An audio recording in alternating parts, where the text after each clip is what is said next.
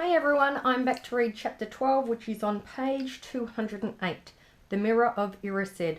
Now, as I said earlier, I've actually never read this book before, so when it was the holidays, I started to read it and I actually stopped because I thought it'd be best to demonstrate to you how a reader could look if they've actually never read the chapters before.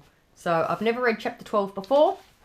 Once again, I'll go back over the first 11 chapters, see what's happened, work out the main idea, the most important parts. I will also try and think back to what happened in chapter 11.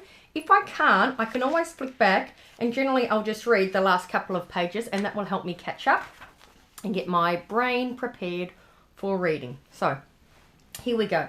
Chapter 12, The Mirror of Irised, and I hope I'm pronouncing that correctly for all the Potter fans out there. And sorry, this is in 3 parts. So remember, you need to watch part 1, part 2, part 3, so then you're ready to go. The Mirror of Irised. Christmas was coming.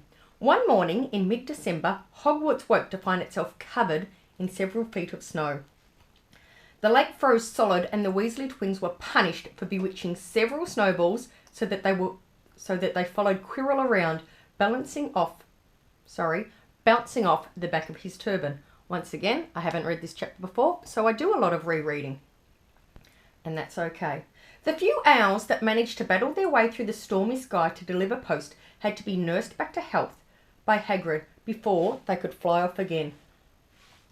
No one could wait for the holidays to start. While the Gryffindor common room and the Great Hall had roaring fires, the drafty corridors had become icy and a bitter wind rattled the windows in the classrooms. Worst of all were Professor Snape's classes down in the dungeons, where their breath rose in a mist before them and they kept as close as possible to their hot cauldrons. "I do feel so sorry," said Draco Malfoy, one potions class, "for all those people who have to stay at Hogwarts for Christmas because they're not wanted at home."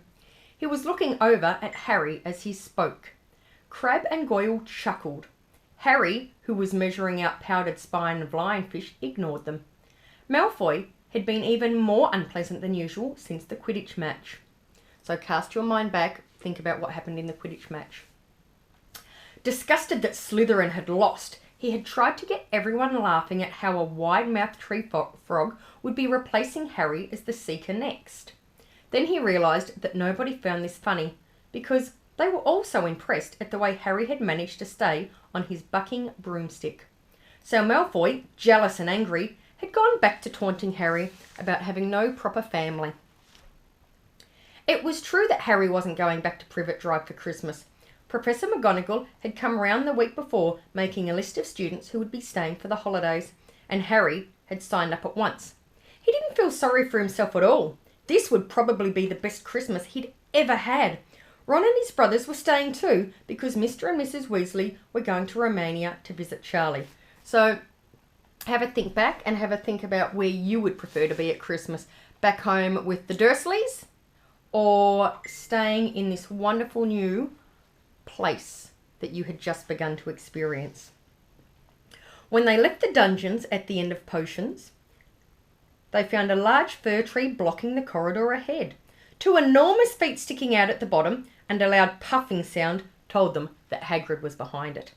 "Hi Hagrid, want any help?" Ron asked, sticking his head through the branches. "Nah, I'm all right, thanks Ron." "Would you mind moving out of the way?" came Malfoy's cold drawl from behind them. "Are you trying to earn some extra money, Weasley? Hoping to be gamekeeper yourself when you leave Hogwarts, I suppose? That hut of Hagrid's must seem like a palace compared to what your family's used to." Ron dived at Malfoy just as Snape came up the stairs. "Weasley!" Ron let go of the front of Malfoy's robes. "He was provoked, Professor Snape," said Hagrid, sticking his huge hairy face out from behind the tree. "Malfoy was insulting his family." "Be that as it may, fighting is against Hogwarts rules, Hagrid," said Snape silkily. 5 points from Gryffindor, Weasley, and be grateful it isn't more. Move along, all of you." Malfoy, Crabbe and Goyle pushed roughly past the tree, scattering needles everywhere and smirking. "I'll get him," said Ron, grinding his teeth at Malfoy's back. "One of these days, I'll get him." I hate them both, said Harry. Malfoy and Snape. Come on, cheer up. It's nearly Christmas, said Hagrid. Tell you what, come with me and see the Great Hall. Looks a treat. So Harry, Ron and Hermione followed Hagrid and his tree off to the Great Hall, where Professor McGonagall and Professor Flitwick were busy with the Christmas decorations. Ah, Hagrid, the last tree. Put it in the corner, would you? The hall looked spectacular. Festoons of holly and mistletoe hung all around the walls, and no fewer than 12 towering Christmas trees stood around the room, some sparkling with icicles, some glittering with hundreds of candles. How many days you got left until your holidays? Hagrid asked. Just one, said Hermione. And that reminds me, Harry, Ron, we've got half an hour before lunch. We should be in the library. Oh yeah, you're right, said Ron, tearing his eyes away from Professor Flitwick, who had golden bubbles blossoming out of his wand and was trailing them over the branches of the new tree. The library, said Hagrid, following them out of the hall. Just before the holidays. Bit keen, aren't you? Oh, we're not working, Harry told him brightly. Ever since you mentioned Nicholas Flamel, we've been trying to find out who he is. So think back when Hagrid accidentally mentioned the name Nicholas Flamel. You what? Hagrid looked shocked. Listen here. I've told you, drop it. It's nothing to you and what that dog's garden. We just want to know who Nicholas Flamel is, that's all, said Hermione. Unless you'd like to tell us and save us the trouble, Harry added. We must have been through hundreds of books already and we can't find him anywhere. Just give us a hint. I know I've read his name somewhere. I'm saying nothing, said Hagrid flatly. Just have to find out for ourselves then, said Ron, and they left Hagrid looking disgruntled and hurried off to the library. They had indeed been searching books for Flamel's name ever since Hagrid had let it slip, because how else were they going to find out what Snape was trying to steal? The trouble was, it was very hard to know where to begin, not knowing what Flamel might have done to get himself into a book. He wasn't in Great Wizards of the 20th Century or Notable Magical Names of Our Time. He was missing too from Important Modern Magical Discoveries and A Study of Recent Developments in Wizardry. And then, of course, there was the sheer size of the library, tens of thousands of books, thousands of shelves, hundreds of narrow rows. Hermione took out a list of subjects and titles she'd decided to search, while Ron strode off down a row of books and started pulling them off the shelves at random. Harry wandered over to the restricted section. He'd been wondering for a while if Flamel wasn't somewhere in there.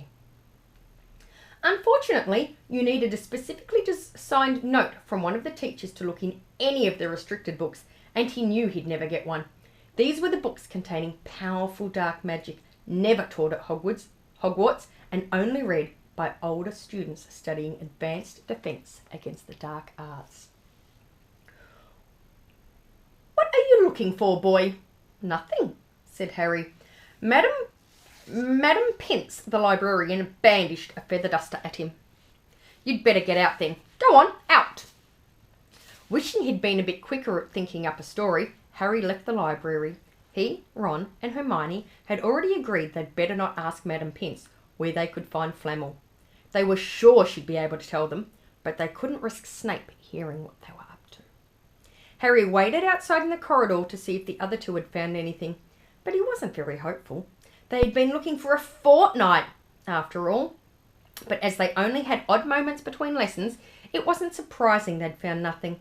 What they really needed was a nice long search without Madam Pince breathing down their necks. 5 minutes later, Ron and Hermione joined him, shaking their heads. They went off to lunch. You will keep looking while I'm away, won't you? Said Hermione. And send me an owl if you find anything. And you could ask your parents if they know who Flamel is, said Ron. It'd be safe to ask them. Very safe, as they're both dentists, said Hermione. So do you think if Hermione's parents are both dentists that they would be any help at knowing who Flamel was? Once the holidays had started, Ron and Harry were having too good a time to think much about Flamel. They had the dormitory to themselves, and the common room was far emptier than usual, so they were able to get the good armchairs by the fire. They sat by the hour eating anything they could spear on a toasting fork. Bread, crumpets, marshmallows, and plotting ways of getting Malfoy expelled, which were fun to talk about even if it wouldn't work. Ron had also started teaching Harry wizard chess. This was exactly like Muggle chess, except that the figures were alive, which made it a lot like directing troops in battle. Ron's set was very old and battered. Like everything else he owned, it had once belonged to someone else in his family. In this case, his grandfather. However, old chessmen weren't a drawback at all. Ron knew them so well, he never had any trouble getting them to do as he wanted. Harry played with the chessmen Seamus Finnegan had lent him, and they didn't trust him at all. He wasn't a very good player yet, and they kept shouting different bits of advice at him, which was confusing. "Don't send me there! Can't you see he's knight? Send him! We can't afford to lose him!" "Oh, sorry, send him! We can afford to lose him!" On Christmas Eve, Harry went to bed looking forward to the next day for the food and the fun, but not expecting any presents at all. When he woke early next morning, however, the first thing he saw was a small pile of packages at the foot of his bed. "Happy Christmas," said Ron sleepily as Harry scrambled out of bed and pulled on his dressing gown.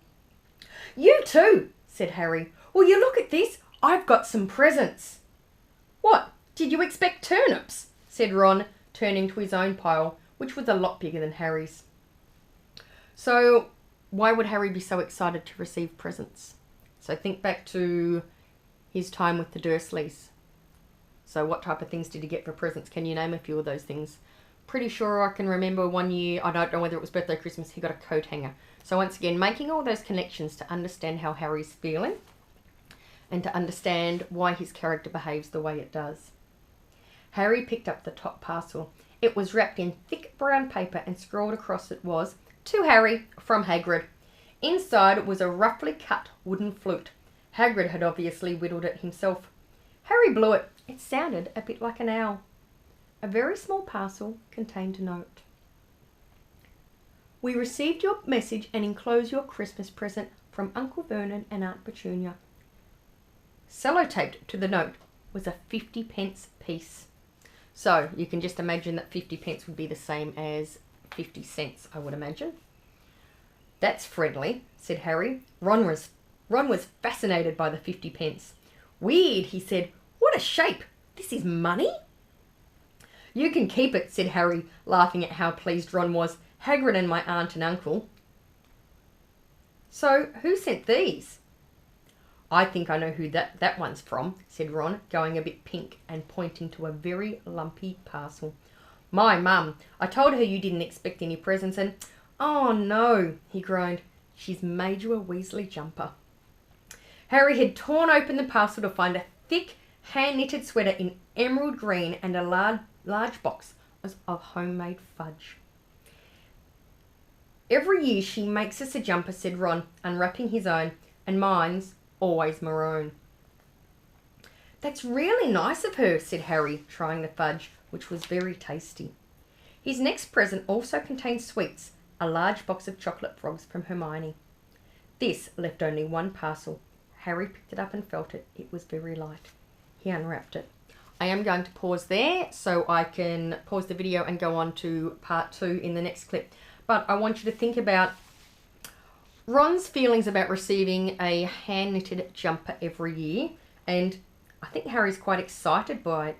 Think about how you feel if you receive a handmade gift as opposed to a purchase gift. I know everyone's feelings will be very different on this topic. I know when someone makes me something by hand, that it means a lot more to me because there's been a lot more time and effort and thought put into it. Whether it's Jensen that has made me something at Kinder, which could look like an absolute disaster because a 5-year-old made it, but it is something I will keep forever, or something that my mother has knitted or sewn together for me. It does mean a lot more to me. So have a think about how you feel when you receive handmade gifts. And I will pause and be back with you in just a moment for part 2 of the reading.